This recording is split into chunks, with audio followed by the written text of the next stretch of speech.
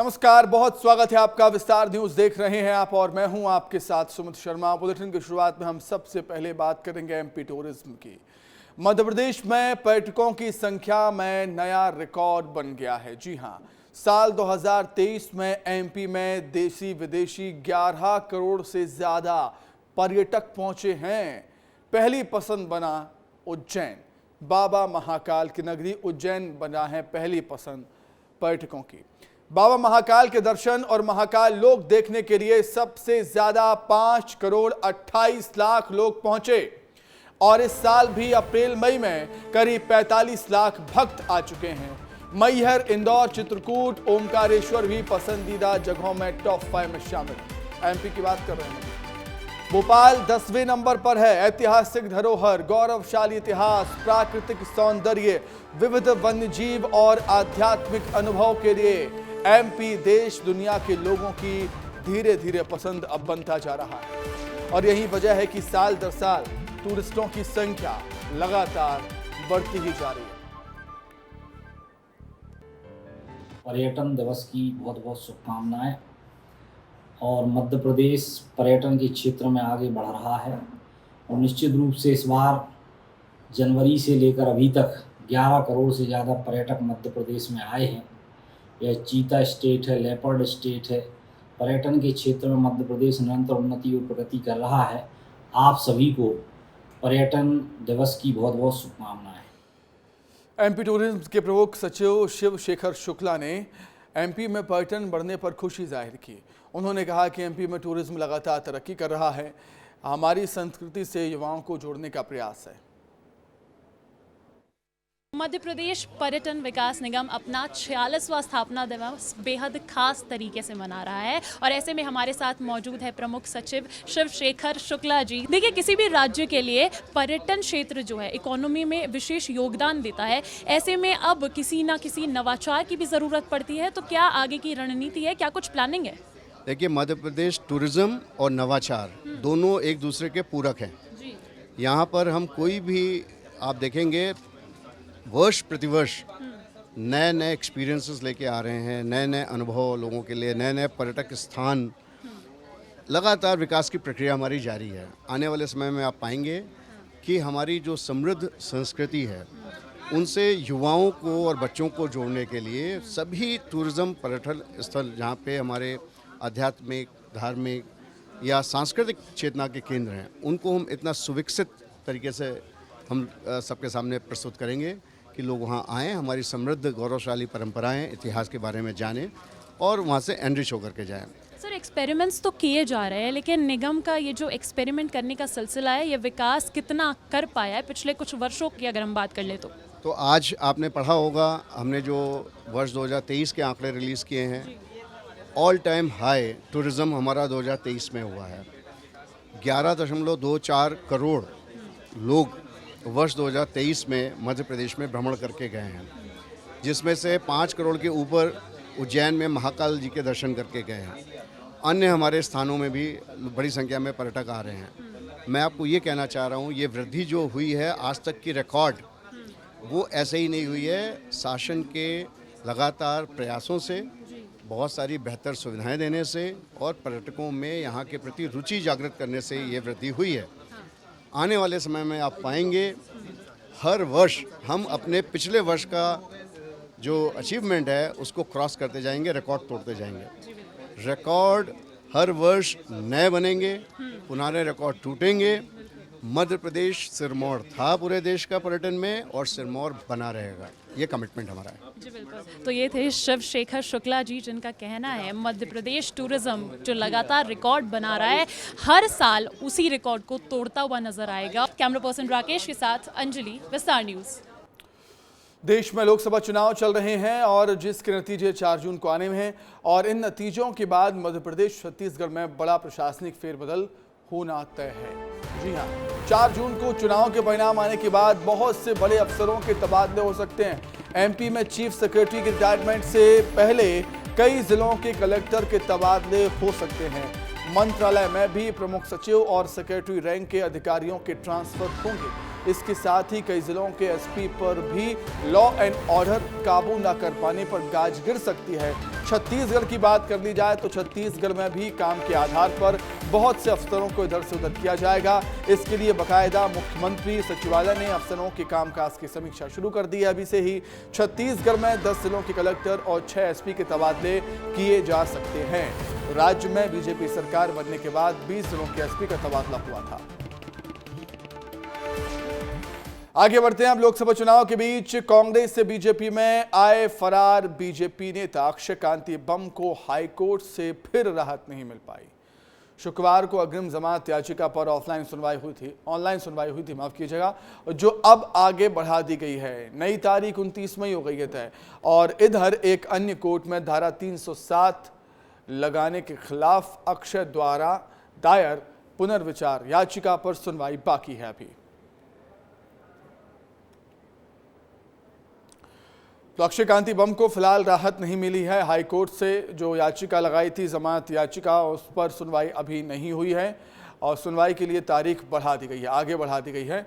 Online सुनवाई हुई जो अब आगे बढ़ा दी गई। नई तारीख 29 मई की तारीख को तय किया है। 29 मई को फिर अक्षय कांति बम जमानत याचिका लगाएंगे। जमानत उनको मिल पाएगी नहीं मिल पाएगी ये देखने वाली बात होगी, लेकिन 5 दिन का इंतज़ार उनको अभी करना होगा। फिलहाल हाईकोर्ट से राहत उनको अब नहीं मिली है। 29 मई को जब सुनवाई होगी फिर देखना होगा कि 29 मई की सुनवाई में क्या कुछ सामने आता है।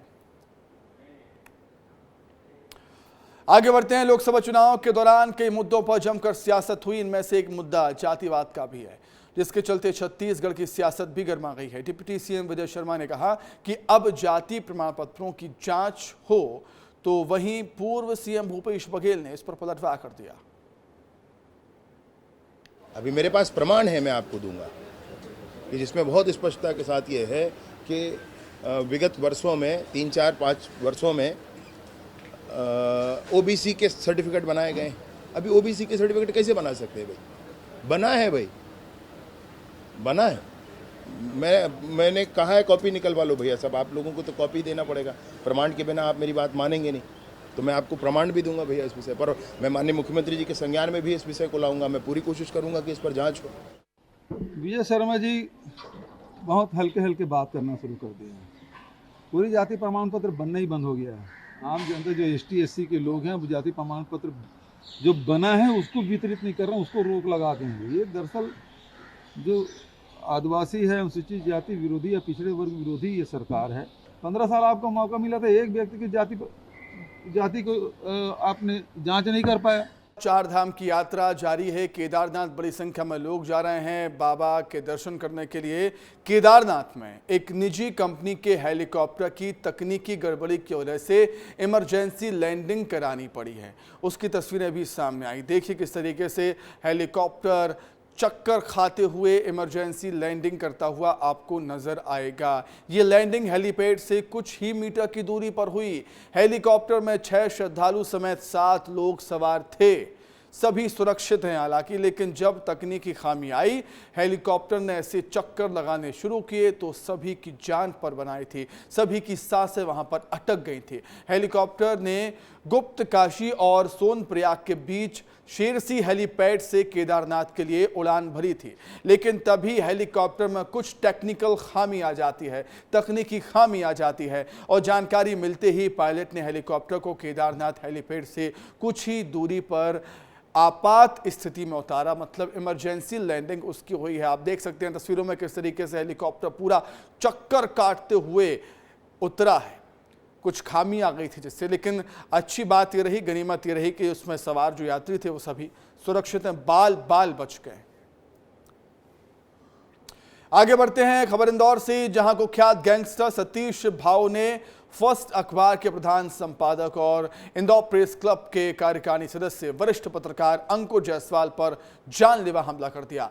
सतीश भाऊ अपने खिलाफ खबर छापे जाने से नाराज थे। भाऊ ने जायसवाल को अपने गुर्गों के साथ मिलकर पिस्टल की बट से मारा और धमकाकर भाग गए। घायल हालत में जायसवाल को इलाज के लिए निजी अस्पताल में भर्ती किया गया है। घटना की जानकारी मिलते ही पुलिस प्रशासन के आला अफसर अस्पताल पहुंचे और जायसवाल का हाल चाल जाना। पुलिस ने इस मामले में हत्या की कोशिश का केस दर्ज किया। और उसके साथ में अमित जादौन, कमल जादौन, शिबू जादौन और 10-12 लोग थे। उन्होंने मुझे रोका और कहा कि तू बहुत खबर छापता है अपने फिलोसफर्स अखबार में। तो मैंने कहा कि कोई आपका घटनाक्रम होता है और कोई एफआईआर होती है तो रिपोर्टर खबर देता है तो छापना पड़ती है, आपसे मेरी कोई ऐसी दुश्मनी नहीं है। मैं इसी बात पर वो बौखला गया और उसने मेरे साथ मारपीट सभी ने चालू कर दी। लाठ ठोसों से पिस्टल चाकू भी निकाल लिए। मैं गिरा और वापस जैसे तैसे उठा और बचने के लिए अंदर मुझे लोगों ने बचाया और मैं अंदर गार्डन के अंदर भागा और मेरी जान बची। इसके बाद सतीश बाबू बोलता गया कि आगे अगर खबर छापेगा तुझे जान से ख़त्म कर देंगे। कहीं ना कहीं कुछ देखिए, दोनों ही मामलों में हमारी बड़ी गंभीरता से जांच चल रही है। जो पुलिस का हमला हुआ उसमें अपराधी मोबाइल अर्जुन उसके पास है और गली उसको गिरफ्तार कर ली। और जो पत्रकार महोदय पे आप हमले की बात करते हैं उसमें हमने कड़ी से कड़ी कार्रवाई की है। उसमें धाराएं जो उच्चतर धाराएं उनमें कार्रवाई की गई है और शीघ्र उसमें आगे बढ़ेंगे। अलीराजपुर से खबर है, जोबट में चोरों ने लूट की है। धारदार हथियार और पत्थरों से महिला पर हमला कर दिया। सोने चांदी की दुकान पर हमला किया है। लूट के विरोध में सड़कों पर उतरे हैं व्यापारी। नगर बंद का आह्वान किया। तस्वीरें आपके सामने, किस तरीके से जो व्यापारी हैं सड़कों पर उतर आए। जिस तरह से हमने फुटेज बताया, पूरा प्रूफ बता रहे हम, उसके बाद में भी प्रशासन ढूंढ नहीं पा रहा। उनको जो जिस तरह से काम करना चाहिए वो काम हो नहीं रहा है। तो जनता में बहुत आक्रोश है और निश्चित ही मैं घेराव करवाऊंगी। मेरे कार्यकर्ताओं और मेरे सभी जनता से घेराव करेंगे। वहीं मुरैना के अलापुर में अवैध निर्माण पर प्रशासन का बुलडोजर चला और लोगों के कब्जे से सरकारी जमीन को छुड़वाया। दुर्गापुर इलाके में लोगों ने अवैध कब्जा कर मकान बना लिए थे। वहीं मकान होने वाले लोगों का कहना है कि रामू शाक के नाम के एक शख्स से हमने ये ज़मीन खरीदी थी, अब हमारे मकान बिना किसी नोटिस के तोड़ दिए गए। हैरानी की बात तो यह है कि प्रधानमंत्री आवास योजना के मकानों को भी तोड़ने के नोटिस प्रशासन ने दिए।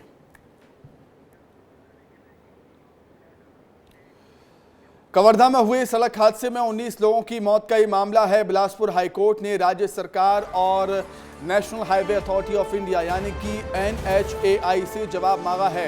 राज्य सरकार हादसा रोकने के लिए क्या कर रही है, क्या पहल कर रही है, हाईकोर्ट का ये पूछना है। शपथ पत्र में राज्य सरकार बताए, बिलासपुर हाईकोर्ट का ये कहना। 26 जून को होगी मामले में अगली सुनवाई। तो जैसा कि हमने पहले बताया था कि हाईकोर्ट ने स्वतः संज्ञान लिया है इस मामले को लेकर। बिलासपुर हाईकोर्ट ने राज्य सरकार और national highway authority of India से NHAI से जवाब मांगा है। हाईकोर्ट का ये पूछना है, कहना है कि राज्य सरकार हादसों को रोकने के लिए क्या पहल कर रही है, सड़क हादसों को रोकने के लिए क्या कुछ पहल कर रही है राज्य सरकार। हाईकोर्ट ऐसा कह रहा है। शपथ पत्र में राज्य सरकार ने, शपथ पत्र में राज्य सरकार बताइए हमें। और इसी खबर पर अधिक जानकारी के लिए हम सीधे बिलासपुर का रुख कर लेते हैं। हमारे सहयोगी आशीष दुबे हमारे साथ जुड़ गए हैं। आशीष, बेहद ही दर्दनाक और हृदय विदारक घटना थी, 19 लोगों की जान चले जाना। हाईकोर्ट ने स्वतः संज्ञान लिया है और सरकार से कहीं ना कहीं पूछा है कि सरकार क्या कर रही है हादसों पर रोक लगाने के लिए। आशीष। जी सुमित, बिल्कुल इस मामले को लेकर हाई कोर्ट बहुत ही सख्त है। उन्होंने सरकार से जो सवाल किए हैं, हमने लाइव वीडियो पर देखा है कि कोर्ट में जो है जज जो है लगातार सरकार से ये पूछ रही है कि आपके पास सड़क सुरक्षा सप्ताह या जैसे जो मामले हैं वो कितने निराकृत होते हैं, आपके पास में क्या कोई कमेटी है इन हादसों को रोकने के लिए। आज ही एक खबर जो स्थानीय अखबारों में छपी है उसका भी जिक्र किया है कि एक बकरी के लिए किसान की जान चली गई। तो जिस तरह से कवर्धा हादसा और जिस तरह से ये लगातार सड़कों पर छत्तीसगढ़ में खास तौर पर लगातार हादसे हो रहे हैं, उसको लेकर हाई कोर्ट बेहद ही संवेदनशील है और निश्चित रूप से सरकार से उन्होंने ये जवाब मांगा है कि आपकी सरकार जो आशीष, है, किस तरह से हमने मतलब विस्तार न्यूज ने इसी हादसे को लेकर एक खास कार्यक्रम किया था और लोगों से बातचीत की थी। हमने जाना था, देखा था कि किस तरह वाहनों में भर भर कर लोग चले जाते हैं। एक वाहन में 30 से 25 लोग भरे रहते हैं। उनसे हमने भी शपथ दिलवाई थी कि ऐसा नहीं करना है आपको। मतलब सरकार की जिम्मेदारी तो है ही, लेकिन आम जनता की, हमारी आपकी भी जिम्मेदारी है कि ऐसे सड़क हादसे ना हो। इसका ध्यान आम जनता को भी रखना होगा कहीं ना कहीं। बिल्कुल सुमित, हाई कोर्ट जो है जितना गंभीर है इस मसले पर, उसमें एक लाइन और जोड़ते हुए मैं आपको बता रहा हूं कि हाई कोर्ट ने जो कहा है कि सड़क पर जब लोग चलते हैं तब जो बाकी जो सड़क सुरक्षा को लेकर के जो मापदंड होते हैं सड़कों पर, वो कहीं पालन होता नहीं दिख रहा है। वो एक जज ने जो है यहाँ यह तक टिप्पणी की है कि वो यहाँ से बिलासपुर से खाली रतनपुर तक जाते हैं तो कोई नियंत्रण नहीं है सड़क पर, इतनी तेज रफ्तार में गाड़ियां चलती। उन्होंने बड़े देशों का, बड़े शहरों को उदाहरण देते हुए यह कहा है कि जो नियम है उनका पालन सख्ती से करवाने की जिम्मेदारी तो कहीं ना कहीं सरकार की है, लेकिन आम नागरिक की भी जिम्मेदारी बनती है कि सड़क पर चलें तो सावधान रहें, सतर्क रहें। बहुत धन्यवाद आपका आशीष, जुड़ने के लिए, तमाम बातचीत के लिए आपका बहुत शुक्रिया। अब इसके साथ ही कवर्धा हादसे को लेकर सियासत शुरू हो चुकी है। हाईकोर्ट ने स्वतः संज्ञान तो लिया था, लेकिन सियासत है कि मानते नहीं। पूर्व सीएम भूपेश बघेल ने कवर्धा हादसे को लेकर बीजेपी सरकार पर निशाना साधा। कहा कि घटनास्थल पर प्रशासन 2 घंटे देरी से पहुंचा। उन्होंने कहा कि हॉस्पिटल में एक भी स्टाफ नहीं था जिससे घायलों का इलाज हो सके। साथ ही उन्होंने कहा कि मामले में 4 से 5 लोगों की मौत इलाज के दौरान हुई है। अभी जो 19 लोगों की मौतें हुई, शर्मा जी को उसको बताना चाहिए कि पूरा प्रशासन है उसकी सेवा में जुटा हुआ था। वहाँ घटना स्थल में कोई 2 घंटे बाद प्रशासन पहुंची। वहाँ उगदूर जो हॉस्पिटल है उसमें एक भी स्टाफ नहीं था, केवल एक डॉक्टर था। पहले तो 15 लोगों की मौत हुई थी घटना स्थल में। जो 4 लोगों की जो मौतें हुई बाद में, 4-5 लोगों की, वो इलाज नहीं मिलने के कारण से। उगदूर में 3 घंटा बिजली गुल था, 3 घंटा तो बिजली उपलब्ध नहीं करा पाए, स्टाफ था नहीं, डॉक्टर अकेला था और रिफर सेंटर बना करके आप कवर था। और इसमें आगे बढ़ते हैं, बात करेंगे एमपी कांग्रेस की। एमपी कांग्रेस के अध्यक्ष जीतू पटवारी ने एक लेटर लिखा है, पत्र लिखा है प्रदेश के कांग्रेस कार्यकर्ताओं को। मतदान के दिन सतर्क रहने के निर्देश दिए। 4 जून को सुबह 7 बजे से स्ट्रांग रूम में एक्टिव रहने के निर्देश दिए। तो कांग्रेस अभी से ही एक्टिव नजर आने लगी है। जैसा कि हम सब कह रहे हैं कि जैसे तारीख नजदीक आ रही है 4 जून की, राजनेताओं की, राजनीतिक दलों की धड़कनें बढ़ती जा रही हैं, दिल की धड़कनें बढ़ती जा रही हैं, ऊपर नीचे हो रही हैं। प्रदेश के कांग्रेस कार्यकर्ताओं को एक लेटर लिख दिया है जीतू पटवारी ने, जो कि मुखिया हैं, संगठन के प्रदेश अध्यक्ष हैं, पीसीसी चीफ हैं। और वो लेटर में कहते हैं, निर्देश देते हैं कि मतगणना के दिन सतर्क रहें, मतगणना के दिन सतर्क रहें, काउंटिंग के दिन सतर्क रहने के निर्देश दिए गए हैं। 4 जून को सुबह 7 बजे से स्ट्रांग रूम में मतगणना के दिन सतर्क रहने के निर्देश दिए गए हैं। काउंटिंग के दिन सतर्क रहने के निर्देश दिए गए हैं जीतू पटवारी की तरफ से। 4 जून को सुबह 7 बजे से स्ट्रांग रूम में एक्टिव रहने को कहा है जीतू पटवारी ने, ताकि कोई गड़बड़ी नहीं होनी चाहिए उनके हिसाब से।